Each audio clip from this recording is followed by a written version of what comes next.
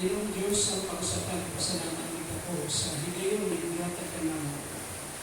Padayon, magtuon sa iyong pulong. Gabi ng pagkaknaan, Lord, ang isgutan, ang sunod na bahin sa ang pagtuon sa mga butang maabot. Salamat sa grasya, ang Espiritu na mabuhat ka naman. Uban sa dipo, uban sa gahog, pagdasin ka naman. Ang ibalik yung tulog himaya, ilalang kay Kristo Jesus. Amen. Okay. So now we proceed to the next part of our study in the Bema Judgment and Rewards. We focus on the crown of righteousness, another reward. And ikinan muna natin yung big screen as to review. No? We have 5 different crowns, no? Taught by the Bible or taught by the Scriptures. So, the incorruptible crown, the crown of rejoicing, crown of life, crown of righteousness, and crown of glory. So, we're done talking about the crown of life. May doon kini sa mga madaugol, sa mga pagsulay, mga kalisdanan, mga tentasyon, mga paglutos. So this has to do with the overcomers of trials and testing and adversities of life. The crown of life. Another crown is the crown of rejoicing. This is about the crown for soul winning. We are winning soul for the Lord. Nagdalat at mga anak para sa Panginoon. Ikatulong crown natin sa crown is the crown of righteousness. So let's proceed now. Okay, our focus is in 2 Timothy chapter 4 verse 8, the crown of righteousness, loving for his appearing. Loving for his appearing. So this crown of righteousness has to do with those people or Christians who love the coming of the Lord. They anticipate, they're longing for the return of Christ. Naningkamot sila, nagtimuha sila. There is an eager anticipation or excitement while waiting for the return of Christ. This is the reward for those who wanted to live their lives pleasing to God and while waiting with great excitement for the Lord in His return. So, what do we have is going to be? So, in the Bible, the crown of righteousness that we can find in 2 Timothy chapter 4, verse 8, is a symbolic reward from heaven. When that symbolic, they should not be taken literally. Hindi na ito siya tanaw ng murag literal ba? This is a symbolic presentation of the Lord's recognition and what? Appreciation for the believers. Nakita-gitagaan o pagtagad na ay tawag na itong pagtila sa Ginoo. This is the reward of giving a commendation, appreciation, pagtukoy. And in English, so on, it represents a victor's crown because the original language, of course, is Stephanos. All these crowns that we mentioned, ini mga corona ng ating diskutan, ini sila mga tawag na kung mga corona sa kadaugan, the victor's crown. And in this regard, this kind of the victor's crown is the crown of righteousness. Kung ibig din this crown of righteousness, okay, called the victor's crown, given to those who eagerly love and faithfully await Christ's return. Gihatag kini niya itong mga usawan, nagtimuha, nahigugma sa iyang pagbalik. Nahigugma kaniya kung matinong-ano na nagpaabot sa iyang pagbalik sa pag-abot ni Kristo. And these believers deeply had this kind of deep longing, or desire to be close to God, to be near to God, to be more intimate to God, and live in a way that honors Him. Gusto nila maduol sa Ginoo. makita niya kung nausaman, nagkinabuhi sila sa paagi ng kapahimot niya kaniya na nahibaya siya, nahibaya ng Diyos. Maugili mga igsoon na natin makita niya sa big screen, wala ito makita niya. Let's proceed to the next slide. Tanaw na to. Ingon din bestow upon those who long for Christ appearing, or long for Christ appearing. Gihatag kini, ito mga nagtimunga sa pagabot ni Kristo and live righteously in anticipation of His return. Next slide. Tanawan din saya na dinungon din sa 2 Timothy 4 verse 8. Sa first na portion ni ini. O karon kitaganan si Pablo kay Timoteo. Muna mga last and parting words of Paul before his execution. Dini pa si Pablo, patinuno na siya, hindi mo na, nabahulat na lang siya sa iyang kaso, matubang siya sa emperor. And this is the last letter of Paul, and this is what he said to Timothy. O karon gitagana alang kanako ang ganti sa kadaugan, ang purong-puro sa pagkamataron, nga ni adto unyang adlaw iganti kanako sa Ginoo. Pero with a positive note, doon na siya mamatay, doon na siya tawag na ito, i-execute. Kunya, ang iyang mga ningula sa iyang baka, mga positibo mga pinununa. It's always a word of what? Of comfort and encouragement, a word of hope na ay paglaro. Ingon siya, gitagana ka na po, giandam na. Ang sabi, ang ganti sa kadaugan, ang purong-purong sa pagkamataron. Kung iniya nga, ni Adto, at niya adawa, iganti ka na po sa Ginoo. Very personal siya. Naa siya gitawag ni ining assurance kasiguraduhan. Nasamtang buhay pa siya, ginantaw na niya. Ginanghinang na siya na nagpaabot na siguro ngayon, madawat na po ining corona sa pagkamataron. And all throughout in his life, sa itibong kinabuhi, wala'y lahat ibang si Pablo kundi kinabuhi lamang na makapahimuot sa Ginoo. Sa kinabuhi, mga tarong, uban ang paghinang-hinang niya o paghigugma niya sa pagbalik sa Ginoo. Ano ang next na portion sa 2 Timothy 4, verse 8? Ingon niya, ang matarong na maghuhukom, he refers to God, siya ang Diyos, ang matarong na maghuhukom, o kini, dili ka na lamang, kining puro ng mapagkamatarong, dili lamang kini, itagana para ka na po, kung anong punto niya.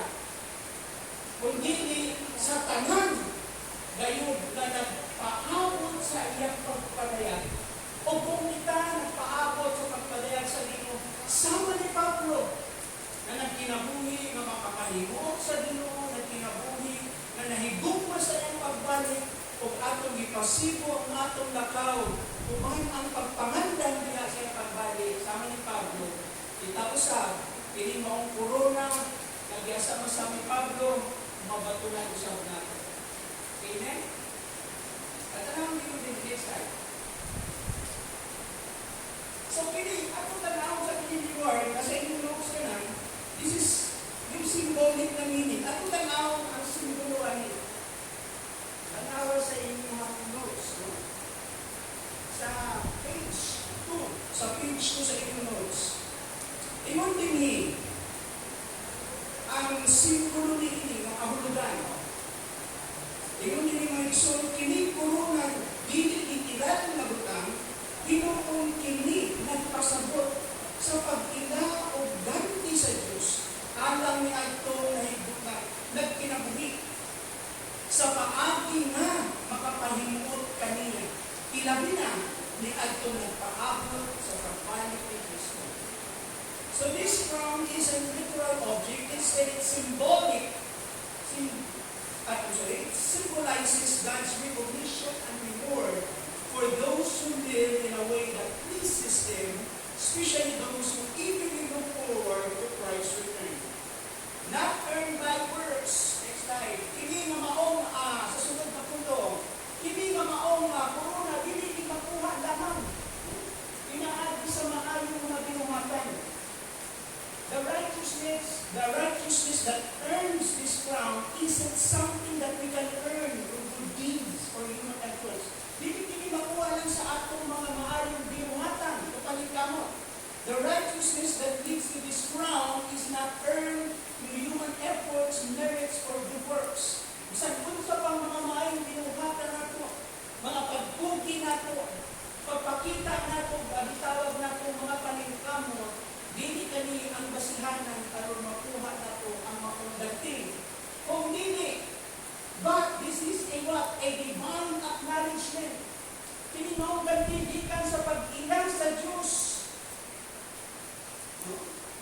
mismo ang ilan ni Ana, no? This is a divine acknowledgement of a life lived in an expectant faith and moral integrity.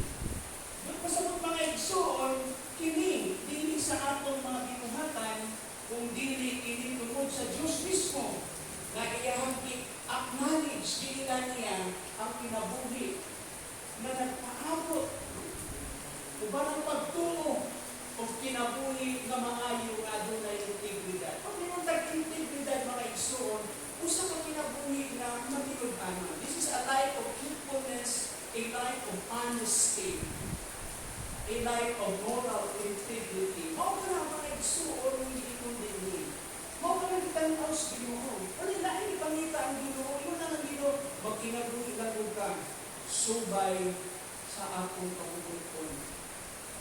O kay nalipay man ang Diyos, nahimuot man siya sa akong kinabuhi. O kunya, nakita niya na naglaon kita, nahigog na kita sa pag-abot busa, pinitong-ganti, ikatugyan niya tanako. Hindi mo igsoon? So, pala ka mga igsoon, yun po nga mga igsoon, means, maokinig pag kinabuhi, it means a deep yearning, a deep longing, sa kalawon na pagtimuha para sa pagbalik ni Kristo. Inhanan, pinaagi sa zaman. Sa usaka, gawin sa kinabuhi, this is marked by a lifestyle of righteousness. Makita nato kini sa usaka kinabuhi na matarong. O bunya diha mga igsoon, kauban usab ang pagkamasinugtanon o mainandamon as taught throughout the New Testament. Kung atong tan-aw ang tibok kasulatan na dina ang bagong tipan, the New Testament. So, mga Kristohan, kung makita nato diha, ang punto na pagkinabuhi na matarong, pagkamasinugtanon, kanunay na andam. Mao kini mga butang na makita nato sa usa ka tawo na nagpaabot sa pagbalik ni Kristo. This is a deep yearning for Christ's return, marked by a lifestyle of righteousness, a lifestyle of obedience, a lifestyle of readiness as taught throughout the entire New Testament. Taas ang kamot kaya ito mga Kristohan nakakiram sa pagbalik sa Diyos. Amen. Are you excited? No, parang yung gingon ba nga Lord, kabalo kong mawalik? Kabalo kong gingon mawalik. Magkinabuhi akong maligid. Magkinabuhi ako mahimot. Usubay lang ako sa inyong mga kapilo. Magkinabuhi ako mga tao, magkinabuhi ako mga sinutanan, o kanunay maiyundan ang kaitaw ang balik sa iyo sa kanus ng tanda. So walay anunsyo. There is no advance news or any report, any time, at any moment Christ will return. Bubalik po siya. So this is, the reward for hope. Naglaon kita. This crown is a reward for those who love His appearing and live with anticipation of Christ's return. Not just for Paul, but of course for all the believers. Yun ang point din.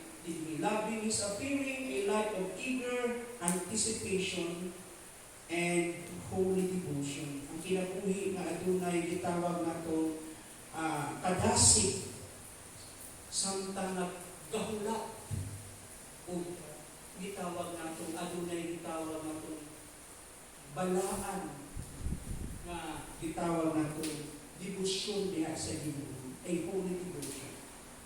Loving His appearing means more than just passively waiting for Christ's return.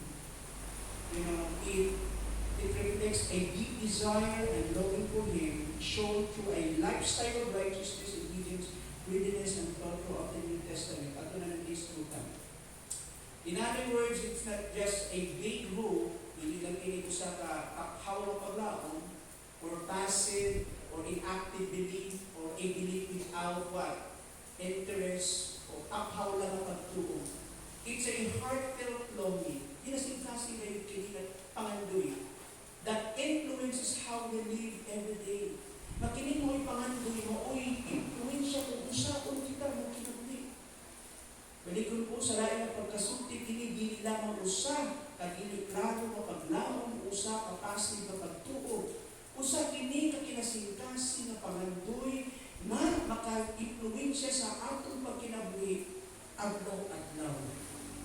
Kini kagugma alang sa iyang pagbalik, makapag-usap sa atong mga kinaiya, mithi o mga pagpili, nagtawag kini kanato dili lamang sa pagkulat apan pagbantay, pag-andam o pagpuyo ng pagkabalay. Mao ka na mga igsoon. Alam mo, yung mga Puritans in church history, dahil mga Kristohan, hindi tawag sila the Puritans. Hindi sila kontinto mga igsoon. Na maalamon lang sila sa tulong sa Diyos. Makita natin ang ilang solid foundation sa truth.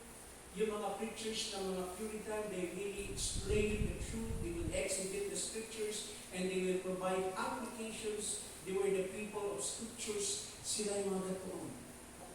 The Puritans. But that is not enough.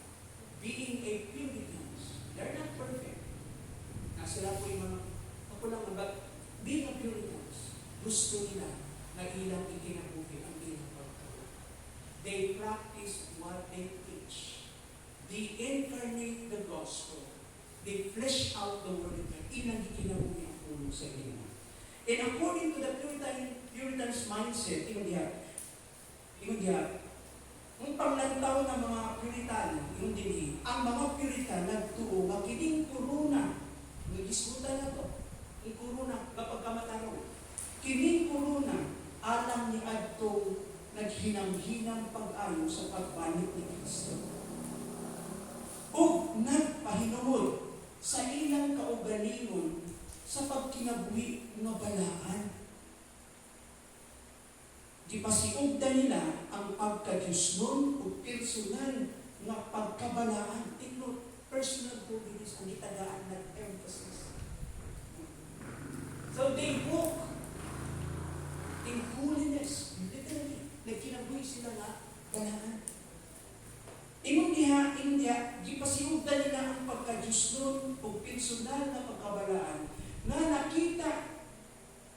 nakita kining kuruna isip ganti alam ni adtong nagpuyo nga matarong o puno sa paglaon. This is for us believers. Nagpuyo kita sa pagkamatarong o puno sa paglaon. Para nato kini. The Apostle Paul writes in Timothy 2:13, looking for that blessed hope and the glorious appearing of the great God, our Savior, Jesus Christ. Kita, nagtanaw sa gitawag nato sa man. The blessed hope. Ano gitawag ba yung blessed hope? What is the word blessed? Ang datong kalipay na paglaon. Amen? Ang paglaong niya na atong gipaabot. Ang dakong kalipay ng paglaong. The blessed hope. Ang mahimayaong pagpakita sa atong saman. Labing halangdong na Diyos ang atong maluluwas ni Jesucristo. This verse paints the picture of a believer whose eyes are fixed on the horizon of eternity. Not as an escape from this world, but as the fulfillment of God's redemptive promise. Kini nga verse, gahatag nato pagulagway sa mga magtotoo, ang iyang mata, nagatutok dito sa utlanan. Sa asa nga utlanan? Sa utlanan, dito sa walay kinutuban. Kapag kung sa'yo, pasabot ng horizon, mumatakad sa'yo sa buntag. At kung ka sa pier, sa seaport dito, tanaw ka, tutukas kayo. Makita rin ng, ganitong, bitawagan ng baglis. Yung baglis na mauwi, magtagpo ng tumoy sa dagat o ang tumoy sa langit. Di ba, pag tanaw ka sa tumoy, pag tanaw ni mo sa tumoy, makita ni mo niya ang ang baglis God nga mukulag sa langit o sa dagat kay kung pagtanaw yung sky, the line between the sky and the sea, that is what we call the horizon. Now atong tan-awon ang atong paglaom nga atong gitutukan ang utlanan sa kinutuban o sa walay kinutuban. Sa mga butang lumalabay din sa kalibutan o sa mga butang nga walay kinutuban, dili lumalabay naman. Our eyes should be fixed, okay, to the horizon of eternity. We are waiting for the blessed hope, the glorious appearing of our Lord and Savior Jesus Christ.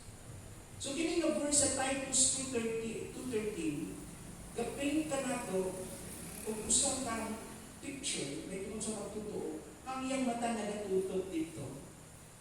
O ang iyang pagtutok diliwat as an escape from this world, but as a fulfillment of God's redemptive promise. This speaks of the Christian concept of hope and perspective. Kini nga bersikulo na bulagway sa usa kapag magtutuo kan sa mga mata nagtutok sa pusnawan sa kahangturan. Kapunaw-punawan sa kahangturan. Diniisip na ikyas di kaniining kalibutan kung dili isip katumanan sa saad sa Diyos sa pagtubos. Kini nagisgot sa Kristohanong konsepto sa paglaom o pagpadayon. Ano mga eksoon? Pag nagisgot ang mga butang umahabot, dili ni mura o asol na escape na ipiyong na ito atong mata sa realidad sa adlaw-adlaw ng mga problema. Dili. Pag nagisgot ang mga butang sa unahan, nagpakita ka na kabuhi at paglaom. In fact, tungkol kay mas lapad ang imong pagsabot sa mga saat sa ginong ay kung siyang pagbalik o sa mga detalye sa kamatukuran sa unahan, imong ipasibo ang imong realidad. Sibo dito sa mga utang nga imong ginauman. Ginatanaw nimo ang imong present reality from the lens of the future promises of Christ. Mauna na yung context. Kung may problema ka sa pamilya, away ng banag asawa, ginatanaw nimo siya sa lente. No? Sa mata ng Biblia, may tumudag ito sa mga saad sa unahan. From the lens of eternity, from the lens of Christ's promises in the future.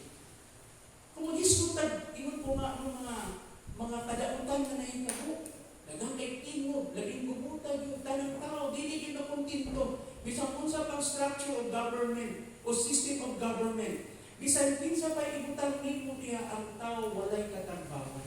Muna yung realidad. Amen? Maaari magbutang-butang anong tao kung dili man perfect, at least maka-Diyos, makatao, makabansa, at makakalikasan. Piusahay at pabiling na sa atong logo. Amen? Amen. Logo na siya. Usahay at pabiling na po sa istorya. Politically correct po, pangutan mo nimo. But when it comes to the power of putting these things into practice, it's really far from reality. We can see the syndicated structural evil working in our society from the top to the knees, sa pinakataas ng mga naas, sa mga influensya o mga pamunuan, nagtos gilagam niyang tao, makita niyo yung power of corruption. Amen? Man is selfish by nature. Pero kung tanaw na ito ka na sa mata, sa pagbalik sa Ginoo, one day, we will be set free, a total deliverance from sin, from the presence of sin, and we will experience immortality and glorious body. Mawala na nakanan. Mawala mas lapad ka, kaya nakakalikuptan. Dito nakaangklang imong paglaong sa umahabot. Let's continue with our reading. So, kini mga igsoon, kini maong Titus 2:13, kini nag-awhag sa mga magtutuo sa pagtutok sa dili makita. Walay katapusan na kamatuoran sa plano sa Diyos kaysa mawad-an sa kadasig sa temporaryo ng mga pakigbisog ni ini nga kinabuhi. Kini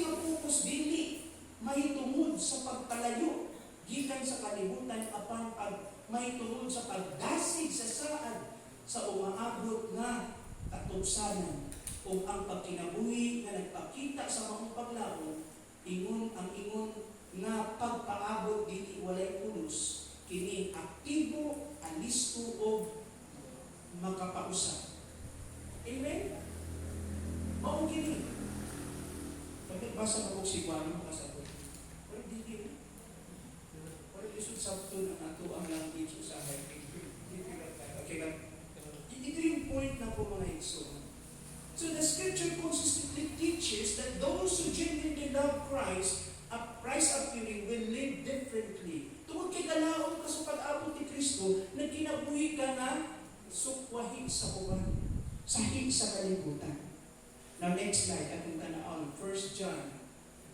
Ano ang 1 John, chapter 3, verse 2, ingon diha. Minamahal kong mga igsuon, ingon si Juan. Kita karon mga anak na sa Dios, wala pa nato matino kun maunsa gayon unya kita apan ang nasayran nato mao nga inig-abot na ni Kristo may sama kita kaniya kay makita man nato siya sa gayong pagkasiya. Mo kining giingon ni Juan that in His return we will see Jesus face to face. Makita nato siya. We shall be like Him. May sama kita kaniya. We shall be like Him and for we shall see Him as He is in His glorious state. Sa iyang kahimtang sa kahimayan. O may sama kita diha kaniya. Wow! And to imagine that kind of condition, that perfect state. Mao pa nang giingon ni John. O kini mga igsoon, this hope is like ngunit ako pabasahon.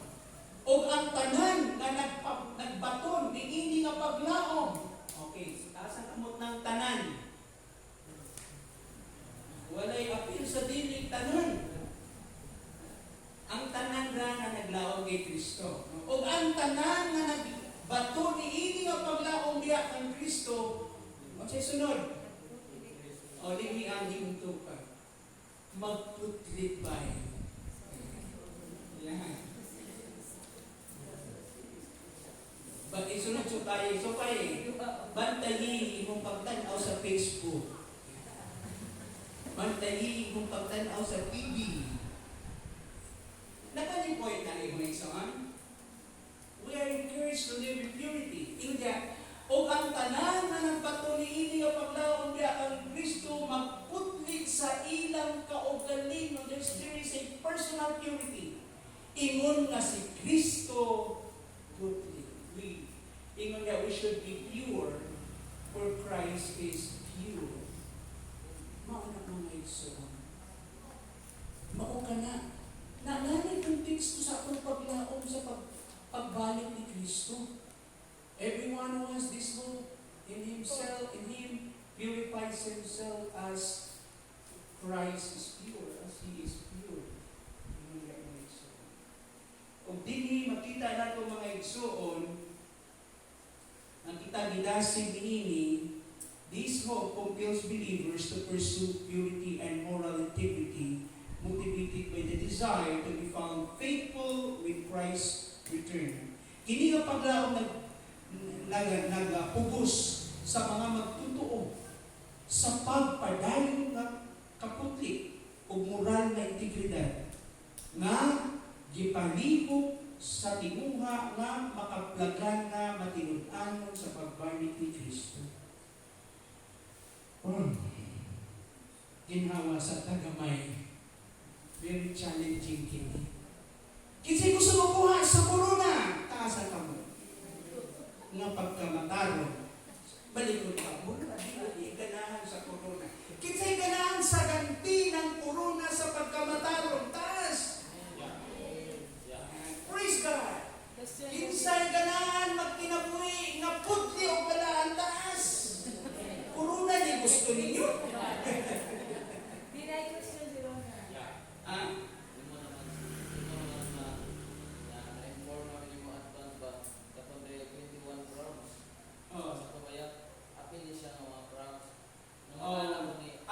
Yes.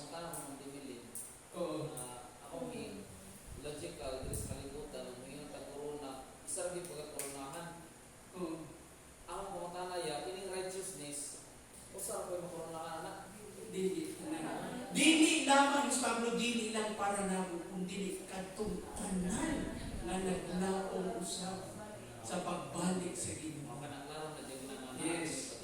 So this is for all believers. Now, kinilang ibutang nyo sa mga dumarang na klase yung corona. Dumarang kategory. Yung corona para sa hari, yung corona para sa mga madaugon. Dili hari yun.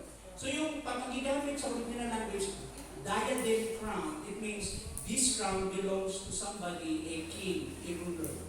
Kinsa rin way of diadem crown? Kinsa? Sing rights. Ang tanang crown nato is Stephanos crown. That is a victor's crown. So papunta na mo kini, anong klaseng victor's crown? So na ay crown of righteousness, crown of glory, crown of rejoicing, crown of life, crown that is indestructible. There's so many crowns, but all of these crowns are called victor's crown. Madaugon ka. So, atong kita na ka ng medso. Now, magpadayon kita. Sa sunod na screen, hindi makita niya mga medso. Ingon niya, Jesus Himself urged a posture of readiness. Si Kristo mismo nag-awag ka nato sa maong posture. Kanang posture. Kini paghulaboy, pagpakita ba? O pagiging andam. No?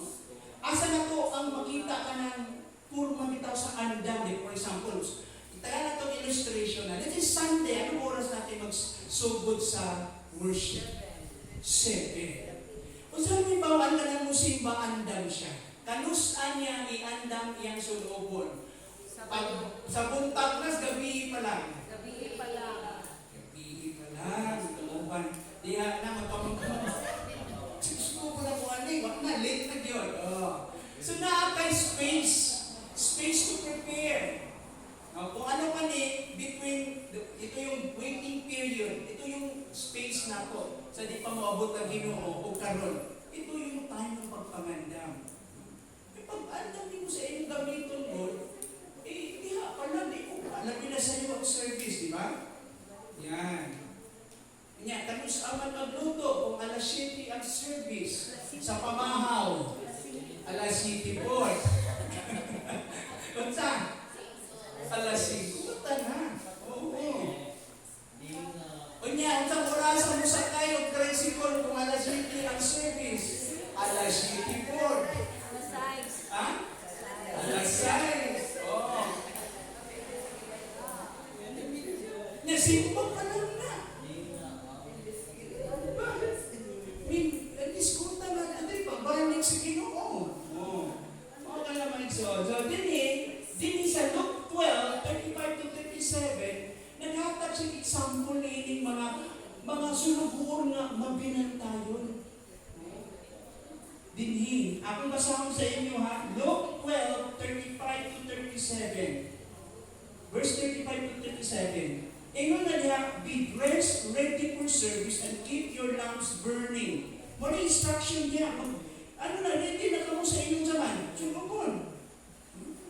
Ready for service na, and keep your lamps burning. No? Ingon din like men waiting for their master to return from a wedding banquet, so that when he comes and knock, they can immediately open the door for him. It will be good for those servants, iskutan din yung masulubon, servants, whose master finds them watching when he comes. And I tell you the truth, he will dress himself to serve, ingon diha, will have them recline at the table and will come and wait on them. Kining ipakita din yung pagiging mainandamon sa mga sulubuon sa pagbalik. Naghimo siya din og illustration, an example, may tungod sa gitawag ni kasalan. May kasal ba na bangkete? No? Kunya, ang mga sulubuon, kinanglan andam sila. Naging sila time to prepare. O diha, ingon nga diya sa verse 35, be dressed, ready for service, and keep your lamps burning. Kasi ilang suga, kaniyad to sa man? Lampara. Unya, katong mga smart na mga sulubuon, na sila extra oil. Kaya ginagamit nila para musigang ang mga lampara, yung pabilo, oil ang ginagamit nila. And so problema ka na magsaligay, na consume na nimo yung imong lampara. Pag abot na sa time good na gamito nimo, nahugdan ka. That is a sign of what? Not being ready. So na sila extra ni Ana. And they always allow their lamp, always keep burning. Kanunay ka, siga ang ilang mga lampara. Kumusta ang ilang mga lampara? Gasiga pagpang. Pati ang pabilo na sunog. Ha? Oo, na. No? So, dini ang paghigugma sa iyang pagpakita, mao ang pagkinabuhi, isip usa ni ining mabinantayon nga sulubuon, ay watchful servant. Matinud-anon nga nagbuhat sa kabubukon sa aganon o nakahibalo nga siya makabalik bisan unsang orasa. So, ang servant, hindi yung mura siya, relax. Wala si Amo. Pero sa opisina, pag wala nito yung supervisor or manager, sa buhaton sa opisina usahay. Istorya, chika, gamay na trabaho, pag-abot ko sa mo. O hindi ko kayo tagas, hindi ko gano'n. Di ba? Pag wala ko lang mo, chika ko na. Alas 10 ka, huwag sa'yo atong snacks. Pag alas 11, manaradol ka mag-lunch na tayo. So, may problema ko, daghang kapatay oras, daghang chika. Wala agi. No? Yung may bawal na ba sa amo kung ikaw ready na? Kaya pagpangayo na ng deadline, pagpangayo na ng report, na consume imong time sa usaman, sa chika, niya wala kay na-produce sa time na mo-report na ka. Gadagan ang panahon, daghang pa kay oras. You know, in reality, anak ko ng atong pakibisod kinabuhi. Usay, you know, itagaan ka sa ginang 24 hours. Diba? Kana, gasa na yung time. Ang pamutala di sa nato paggamit ang atong time. Igamit na nato kini, ito ka more fruitful para sa tingin, mabungahon para sa tingin. Kung gabog man ta ang atong mga halihok ba, nakakontribute ba sa pagpanday sa hindi halian? Kung naamunta sa balay, kung sa may atong pag-ugman sa ato ang pagtuo, sa mapamaali na ito, ipuntimin na itong pagtuo. Kung wala tagalakaw, ipuno pa na ito ang mga hunahuna sa mga pagtulunan sa Ginoo. Talumpun, pag-abot sa panahon, pagbuhi sa inyong baka, na ay mga pulong ng gawas, ng makapaligon, makapadani, makahatulog sa mga tao sa natuloy. Kana mga eksyon ko, kana mabutan. So Jesus himself teaches us that we have to be a watchful servant. Kung sa'yo tawag niya sa ato, di ba duha ang tawag sa ato, pagkahunga na kita, na kanilasyon niya sa Ginoo. Isip mga anak sa Diyos, anong tawag sa ato?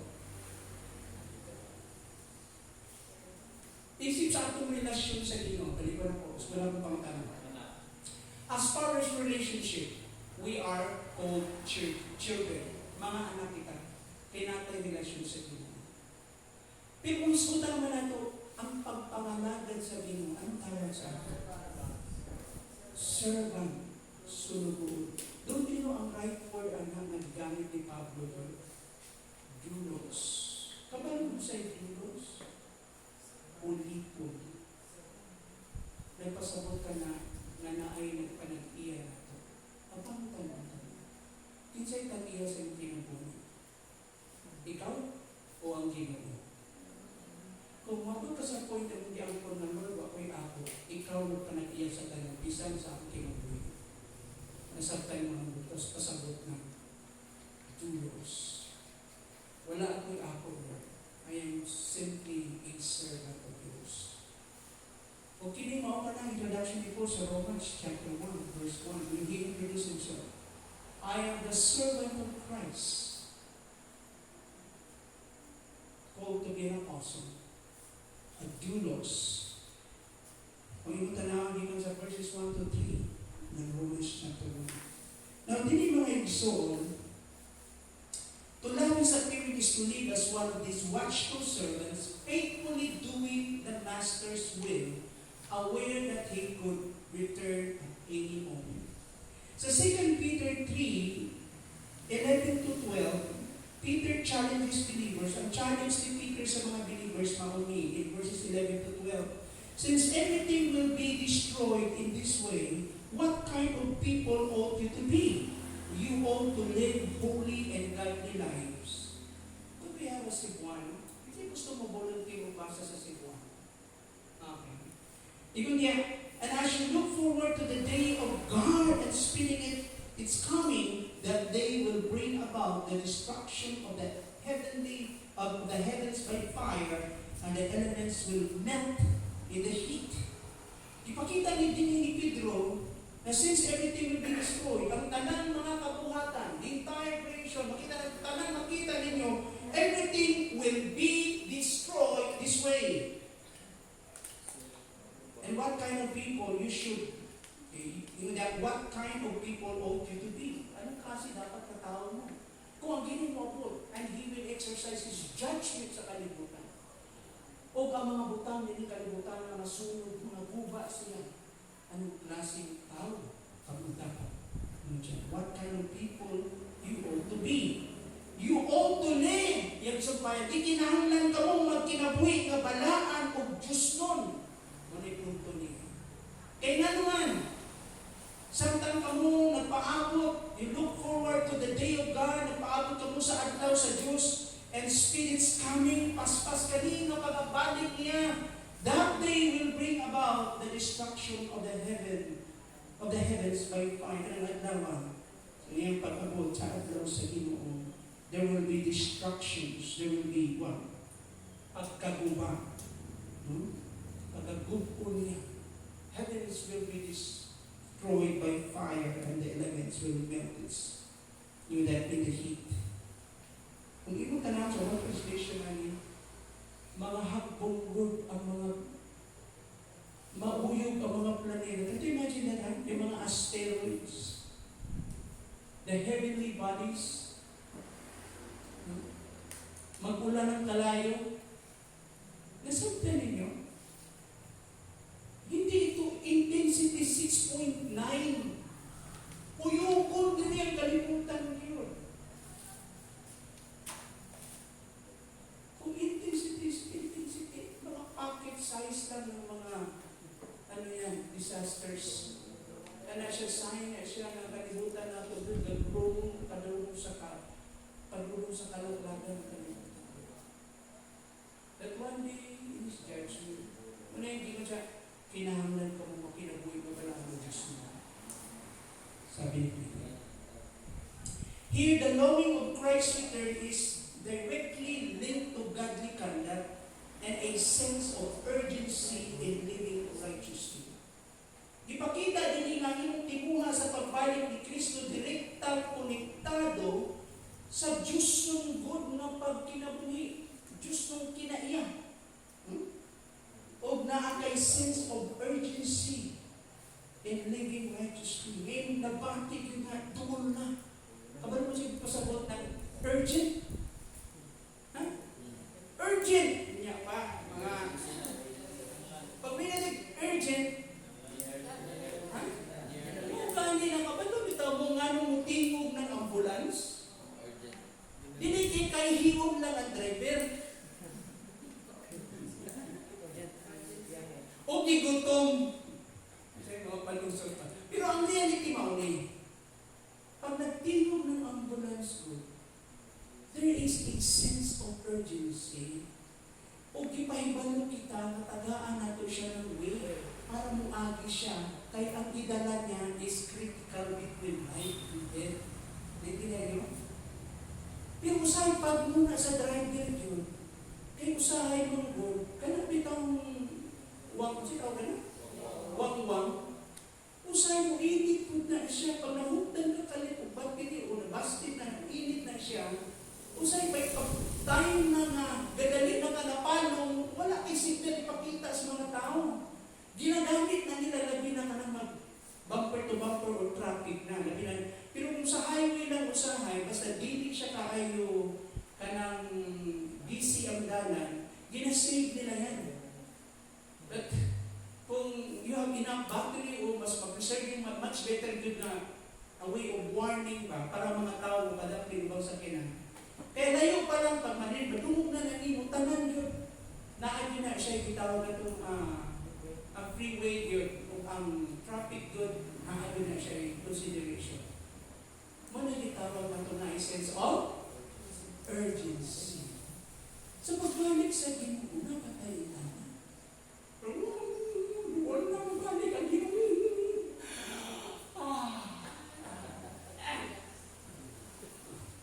Ano bang lunch na ito karon? Wala yung sense of urgency good, no? Kung kinabuhi ka nga, kabalong ka mo, balik na Ginoo. Sino ito priority? Kung sa'yo na ito? Sa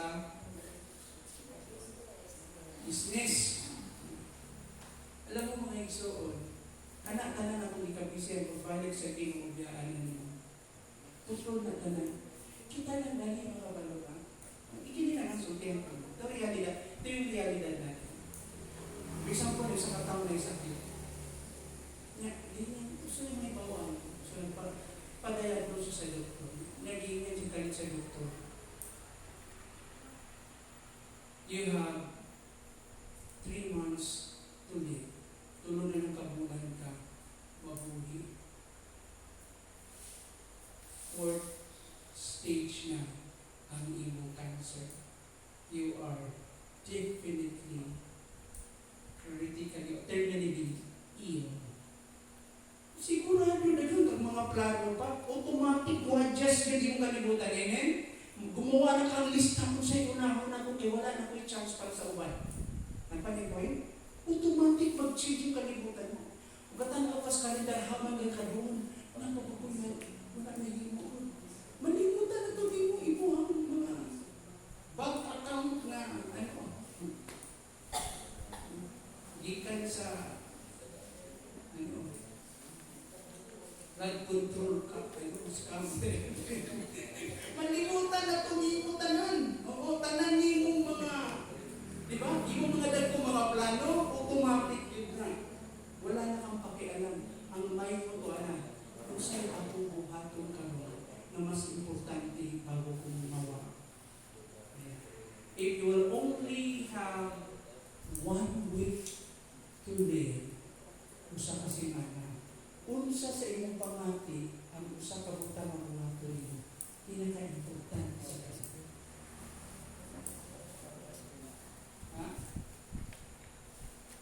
If you have 1 week to live, usa na ka simana. Ito ka adlaw na kung sa usa ka butang importante imong buhaton. Importante kaayo sa kanila. Definitely. That is living with a sense of urgency. Ang Ginoo, don't you know yung word na doon? Kung siya nasabtan yun sa word na anytime. Anytime. At any moment. Example, ang imong trabaho na sa sana? Call center. Yan ay nagmamutana, nag-inquire. For a while, sir. Ang siya pasabot ng for a while. Pwede ko sa kabuwan. 5 kabuwan. O sa katuwikin. For a while man. So, wawa, kung nakipag-muingon ka. For a moment, sir. Nakasabot ko to sa pikas and na. Wow. Now, right away, na immediate answer kasi hindi gamit mo ng word. For a moment. Dili for a while. Yang urgent siya. Dalihan mo! Di for a while! So, ganun, importante ko na, no? Pero nga na tao sa akin, mapamati for a while. No. Christ will return at any moment. We don't know. Parang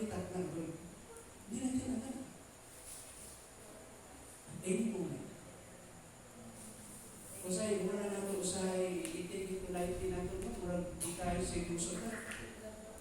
Kabalo mo may so. Kung ginoo lang water karon siya ginoo siya. Mubalik ko 1 week from now, say water ninyo, sige kano. Unsay water na to? Ha? 1 week from now. Baligyan na mo ng kabaw. Ibaligyan ako. Di ba? Daghan na kay water God, no? Yes. So, may possibility ko yan na mabalik ang Ginoo without mga signals, mga sinyalis. There is no signs for the rapture. There are signs for the literal second coming of Christ is coming to earth. There are signs. Kaya lang yung signs na binigay ni Christ sa mga apostles, sa iyong mga disciples, way back, first century pa lang, nakita na yun yung gisulat ni Matthew, yung iyang account. Okay. Nung gisulat ni Matthew ang iyang account, sa Matthew chapter 24, makita nato yung mga signs na gihatag ni sa Ginoo pertaining or regarding of His coming and the end of the age. Sa katapusan mga adlaw, at the end of the age, and His coming. In fact, ang pangutana nila, tulo. No? Sabi ni Jesus one time, in one occasion, naglakaw sila, ingon sila, Lord, have you seen this? This city, the temple, the edifice, they're so beautiful, it's really glorious. Ingon si Jesus, kining tanan nakita ninyo, walay magpabiling, nga nagbaro. Time will come that everything will be leveled to the ground. Tanan will be smashed down to the ground. O tungod ni Ana, medyo na-alarm sila. O kaya ipangutana siya, Lord, kano sa inyo itabo, hindi mo giinom, ano yung pangutana. Ikaduha, kung sa mga signs, sa katapusang mga adlaw, o sa inyong pabalik. Okay? Ang itubang ni Jesus sa kanila, kitagaan sila ng mga signs. There will be what? The coming of the Antichrist. Mga Antikristo. Rumors of wars. Mga gubat. Isa pa? Earthquakes. Famine. Death. Mga ingana ng mga signs. Sa time pa lang ni Christ, even before the New Testament, sa Old Testament, naana nga mga event. No? Kaya lang gisgutan na gubat, naana na, mga earthquakes, naana na. Pero ang gisgutan nila din, yung mga signs sa maabot. So, very specific si Jesus. Now, ang Matthew chapter 24, mo'y parade bago mo balik ang Ginoo. Muna siya signs. So, prior to the second coming of Christ, literally coming to earth, may tabutong na sequence of events. Okay? Prior to siya sa second coming. Pero pangutan na mo kini, unsay mag-una? Ang rapture o ang second coming? Ang rapture. Walay signs ang rapture. So, saan may tabo? Saan mo mahibawan? Doon na ang rapture. Because these are the signs that will appear. And even before that, mga so on, ang makita niyo sa last days, yung increase of denials na ay mga pagtalikod. Pagtalikod sa pagtuo, pagtalikod kay Kristo, pagtalikod sa mga pagtulunan ni Kristo, pagtalikod sa Diyos. Ang mga tao mabugnaw na sa pagtuo. So, na-increasing number of people, okay, of what? Itawag nato denials, drifting from the faith, or falling away, magpalayo sila. So, mauna siya. But the rapture itself, wala siya signs. Kaya nga, gitawag imminent return. At any moment, any time.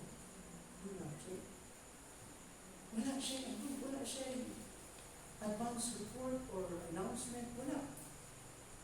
Ang mga signs makita ninyo sa heavens, o kung mga makita ninyo madumog ninyo sa kalibutan, part ni siya magagawa ng kalibutan. Ito yung mga signs, nagapari, na doon ng Ginoo.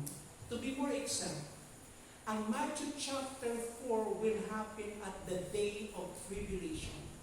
In other words, mga igsoon, bago i-instigate ng Ginoo, sugda ng tribulation, mag-una ang rapture. Oo ka na. Kaya, mangandang kita mga igsoon. Okay? Di ba sunod na ito ni mga igsoon? Asa na tadapit? Ikon din si Peter, no? Next, okay, living your entire life with the hope of meeting Jesus in person is what it means to love His appearing. So, pag kinabuhi mo sa imong tibok, kinabuhi yun, na naglaom ka na makita si Jesus sa iyang pagkasiya, muna ito di pasabot na nahigugma ka sa iyang pagbalik at iyang pagpakita. O kauban diha sa iyong paghigugma sa iyang pagbalik, it involves or it entails persevering through hardship. No? Unang-una sa mga nahigugma sa iyang pagbalik. Okay, balikon ta. Taasan na mo na nahigugma sa iyang pagbalik. Amen. O, muna atong buhaton. Kasi atong buhaton samtang nahigugma kita sa pagbalik. Enduring adversity, paglahutay sa mga alisdanan. Kauban na siya. Asa na ito makita na? James 5:7-8. No? Dito siguro kung natin participation, di ba? Kasi niyo ba sa Cebuano na? Dito na siya na part. No? Di ba? Ang pagpaabot sa iyong pagbalik, di ba Cebuano Bible? Naalin ha? Dala ninyo sa inyo ang mga cellphone? Okay, hindi. Pakikusog lang ang basa. James 5, hindi sa kalimutan haruhay kayo ang inyong pagbuyo o nagpatuyang kamo sa kahilayan. Ipatambong ninyo ang inyong pagbalingong tagana sa adlaw na ihaw. Isilutan o ipapay ninyo ang taong walay sala. Wala siya musukol ka ninyo. Busa, pailog kamo maigsuon hangtod sa pag-abot sa Ginoo. Tanawa unsa ang pagpailog sa mag-uma samtang siya nagpaabot sa pag-ani. Papailog siya nagpaabot sa una o sa ulahing himulan. Busa kinahanglan nga pagpailog usab kamo, una ninyong paglaom kay una ang pagbalik sa Ginoo. Ayan. Kitsa mo, kasi konteksto din eh. Ang mga dato, ibadlong sila, kay daog-daog nila ang mga pobre. Yang karoon sa may tambag ni Pablo sa mga ani Santiago sa mga kabos. Busa magpailog ka mo. Hindi ako ban sa paabot sa pagbalik ni Kristo. Sama sa mag-uuma na nagpailog sa iyahang mga tanong. Di ba naalala ng illustration na yan? Di ba kung sa'yo buhaton sa mag-uuma, naagad ang pagpailog. Kasi kung mag-uuma ka niya, wala kayong pasensya yun. Kung ibaligyan mo yung uma, kaya pag nag-uma ka, na hindi pailog. Kasi ilang time wala kaya kayong irrigation. Kasanig lang sila sa uwan. Yung unang uwan, katapusan na uwan. Pagpahumog sa iyong tao, sunod na uwan. O niya, makita natin diha, saan na nagpailog sila? Ingon diha, nagpaabot sila. Diba? So, ang iyang gihatag na analogy, mag-antos ka samtang nagpaabot ka. Amen? Mag-antos. Kaya ingon nga diha ang mga kabos, sama niyo mabindikit, mataga, justisya ang kayutang ini. No? Ingon diya si Santiago, magpailog kamo samtang nagpaabot sa Ginoo. Sama sa mag-uuma. Nasa iyang pagtanong, naaman siya, maginan siya sa iyang pagtanong. Pero kinahanglan lang niya magpailog. Amen? Di ba? Di ba pag nagtanong ka, tanawin mo, wow, sungkog lipe na kay kani, gawas na bitaw. Di ba? Kanya, ikaw ka ng tanawin, tao-tao, dili na. Di ba? Pagkatawin na. Pag self-control ko, dili. Sabi mo na po, ito talaga. Iba na, pagkakami mo plus lifetime yung tutukan mo ko dito. Hindi mo pwede nga nagon. Kinahanglan ko na ito ng pailog. So, kakumpay na ito sa paghigugma na ito sa pagbalik niya, nagpag-ilog kita samtang kita gaantos sa atong mga kalisdan. Welcome to the crowd. Dapat tayo mga kalisdan. Amen. Ipainog lang doon. Gusto na kinawa. Ipainog lang. Kauban na siya. Okay, baligon ko. Kinsay naglaom, anahigog pa sa pagbalik sa Ginoong Hesus. Tasan ako. Amen. Amen. Kung sisunod buhato na to. Serving in His ministry with joy. Mga lagad kuno ko sa ministeryo kada ang mga paglikramo, mga kasuko, mga pagmahal, mga kalapot, pagpagutpot. Tingnan ba? Hindi good. Upang ang kalipay. Nagmalipay ang mga nangalagan. Kinaamon kay ginansya di paabot sa ugrahan ko. Nakay-expect ng blessing sa Ginoo. Tanaw pag mo yung pananaw, tanaw na ka sa tao. Haman yung tasan ko. Kundi ko, wati ko rin alsas na kurangan. Di man lang nilako ko. Ako pag-itipik sa sound system din. Ako pagod. Di ba? Natiguam na lang ko. Hindi ko sa manupag. Itubuan akong takod. Mura gihapon ni mga tawhana. Ang mga gasimba din. Mga piso pag-utok. Piso pag-in o commitment. Oh my God. Diba? Uusahay kita. Na ipanahon usahay mo. Gamay itong pandang tao. Pamuntan na ako ng tao. Nagintang tanang kino. Mag-ikram mo ta. Let us serve. Diba? In ministry with joy. Ito na 1 Corinthians 15 verse 58. Diba? Na ay uban ang kalipay.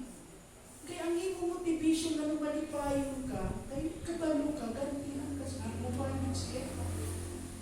Okay. Napa mo? Okay. Balik mo ko ulit. Okay. Ingon diha. Taas ang taon ng ingon niya na higugma siya sa pagbalik sa Ginoo. Amen. Amen. O, take it off. Ingon ng di.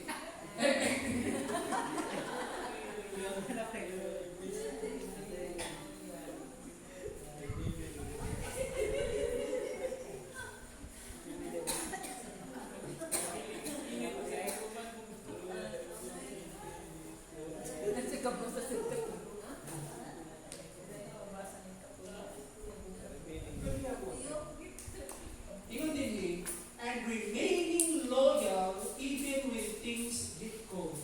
Nagpabiling ka na sa man. Loyal.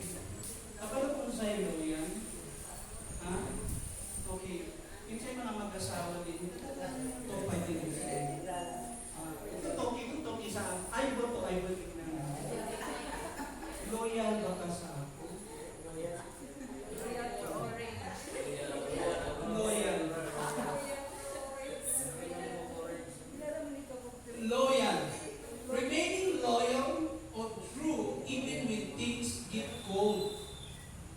Imagine mo mawat ang time na medyo hindi na kayo na ba. Ako tanawin natin basang sa inyo mga istorya. Matthew chapter 24. Ingon din niyo. 12 and 13. Ingon din. 12 and 13. But when one who endures to the end, he shall be saved. And this gospel of the kingdom shall be preached in the whole world for a witness to all the nations, and then the end shall come.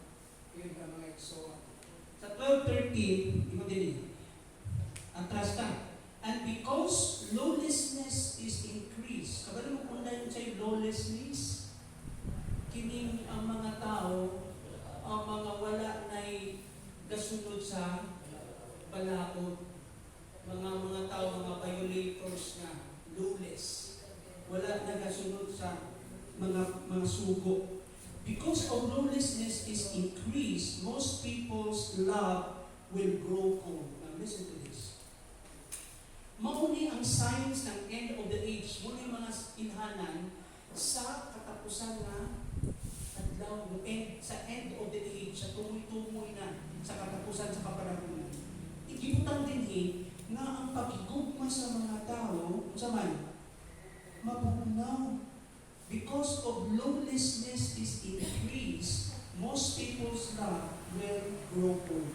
But the one who endures to the end shall be saved. Pero katong mula hutay hangtod sa katapusan, maoy luwas. Kung siya puntong niya hindi, if we put it into context. Okay. Akong tanaw. We just draw the principles, no? I-draw lang natin ang principles din. Kini yung question ng mga disciples dito sa Mount, ito yung tinatawag natong Mount Olives, Mount Olivet. Diba? Wala akong gingon nyo ganina, yung gisulti ni Jesus, may pangutaan na siya. Na igubat, verse 7, mga signs. O kini siya na akay gitawag na to, but all these things are merely the beginning of birth pangs, of birth pains. Na mga signs nyo makita, na rumors of wars, verse 6, we can see that you are not frightened, di mga imato, for those things must take place, but that is not yet the end. So kini yung tanawang din igisgutan niya mga disciples niya. Kung mo may tabo sa unahan. Now karon kung kini may tabo siya sa tribulation, pag kinsa to giingnan sa Ginoo din hingap sa panahon nga magsugod na, no? Ang Antichrist, no? Bago na yung mga gisulti pa siya dito rin kay verse 24, na yung false Christ, false prophet will arise, with nila, o mingon sila nga na niabot ng Ginoo, ingon diha na verse 26, for just as the lightning comes to the hindi ayaw to, if therefore they say to you, verse 26, behold, he is in the wilderness, niabot na siya nasa kamingawan, do not go forth, or behold, he is in the inner rooms, do not believe them, ayaw tuo. For just as the lightning comes from the east, and the flashes even to the west, so shall the coming of the Son of Man be. Wherever the corpse is, where the vultures will gather. Kung sige, pakita din, pabalik ni Jesus din Espiritu, literal. Kita siya sa kanang tao, pagmuntaw niya sa langit. No? Kita mo siya. No? And all the mga signs ay coming, immediately, tribulation of those days, but immediately after the tribulation of those days, the sun will darken. So kini siya gisgutan din yung pag-abot ng tribulation. Ang chapter 24 is tribulation period. Dili sa natin isgutan sa inyo kasi maabot pa ka sa series ani. Okay? Yung tribulation period. Gitagaan ito mo principles din nga sa time mo na balita, rewind ka din. Pag human sa rapture, magsugod ang 7 years tribulation. Ang first 3.5 years, nakita mo itong kalinaw, false peace. But pasabot, ipahunong ng Antichrist ang gubat sa Middle East. So na ay 7 years treaty. 7 years ang peace treaty. Ito katuig. Ang hinungdan lang na naputol siya sa taliwala ng peace treaty na yan, okay, nahulog siya sa tunga-tunga na yan, tungod kay nangay intervention yung ubang mga powers musulod. So we will have other powers na musulod ng mga ubang mga puwersa na musulod sa attack sa Middle East, sa city of Jerusalem. So mga ingana. So he break his treaty, but another purpose for that sa tunga-tunga, okay, mugawas na ang iyang tinuod na ulay. So ang first 3.5 years, gi-introduce niya ang kaugalingon nga he is the Christ, the Savior of the world. So ang iyang message is always the message of unity, peace, world peace, ganon. And so, ana nga time, sa first na tunga-tunga mo pa na. Pero, pag abot na ni after, at the middle of 3.5 years, magsugod ng persecutions. Okay? To the Jews, to the Christians especially. Now, karon, wala naman ang Christians diha. So, anong tawag nato sa kanila? Okay? Kay ang Christians, kutub raman sa rapture. Jamita po. During the tribulations, daghang mga redeemed, maluwas. Ang dili ka-survive sa persecution ng Antichrist, tawag sila nga ba? The martyrs.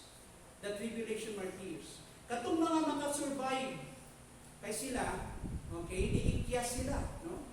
Nagtago sila, Ito yung mga tribulation survivors. Ito yung mga mortals na mo-populate sa 1,000 years.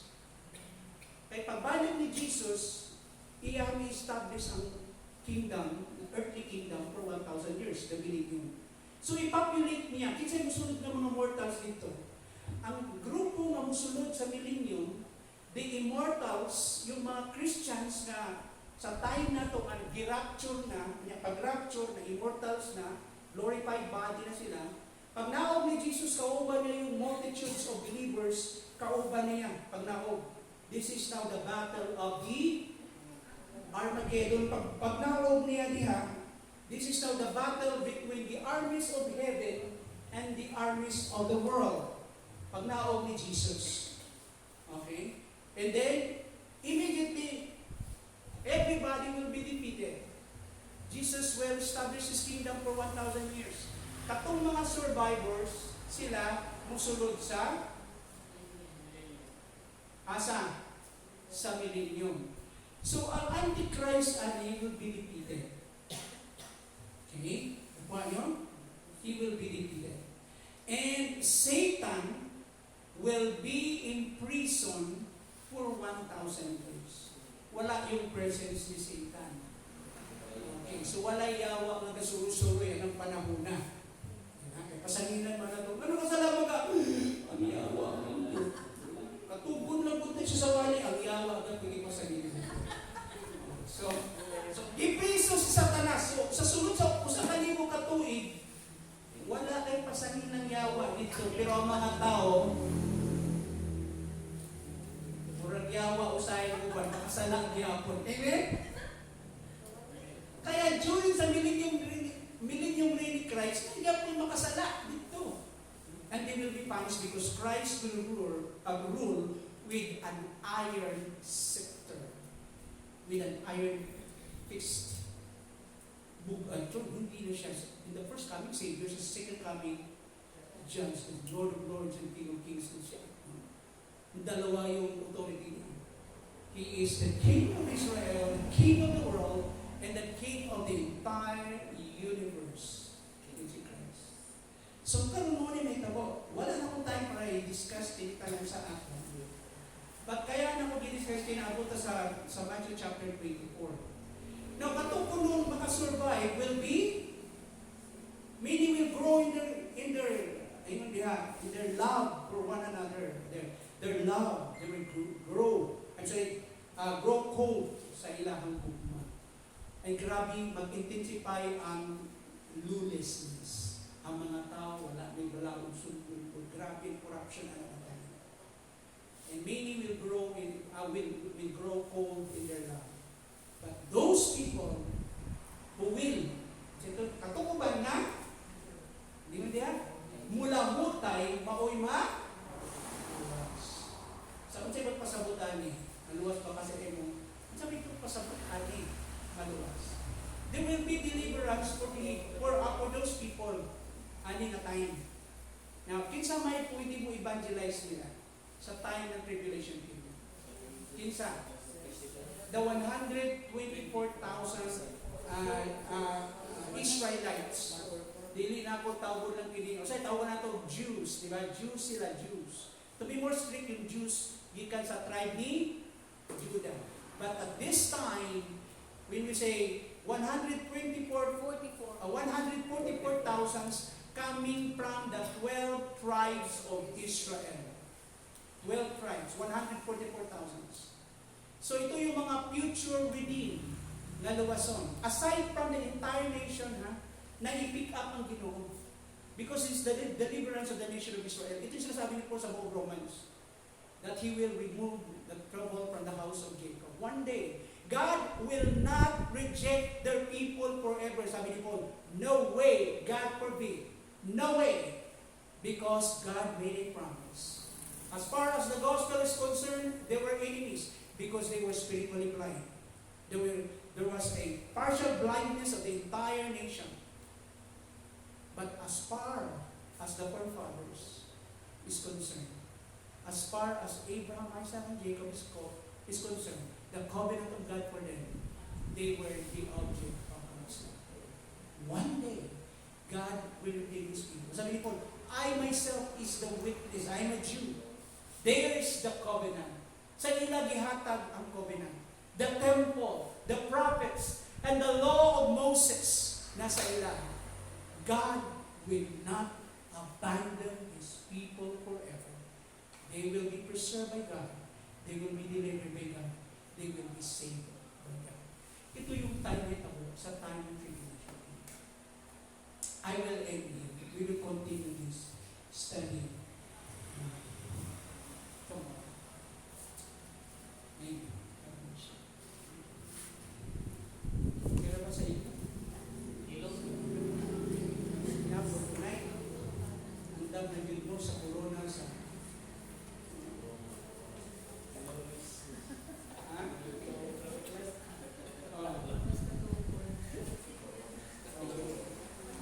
Okay, let's close this so that makapahulay na po na. Father, thank you, Lord. You're so good. Thank you, Lord, for such privilege to learn, to continue, Lord God, to study your word. That your word is liberty that we have. Salamat sa inyo. Wala kini sa uban na ibang mga nasod na Christianity is not welcome. The Bible is not accepted. But here we have this liberty to express our faith. We have this liberty to continue to study and learn, to share the gospel. Salamat din. Lord, ang paday ng gupta ng mga saad din. Salamat sa paday ng paglikod ka na. Thank you that we are not chosen, Lord, to suffer your wrath. But we are, Lord God, destined, Lord God, Lord, to reign with you in your kingdom. We are destined, Lord God, to enjoy your blessings. Thank you for that privilege. All the blessings that we enjoy, part of the package of the saving grace, Lord, na adlaw-adlaw mo kami ipanalangin. Salamat sa luboy na kinabuhi. Salamat sa proteksyon. Salamat sa naging napiling mo grasyang panalangin na tagalan. So Lord, thank you for such privilege, Lord. And so in return, Lord, empower us so that we can continue to serve you and continue to witness, Lord God, for the Lord. We return to you the honor and thanksgiving in Jesus' name. Amen. God bless you.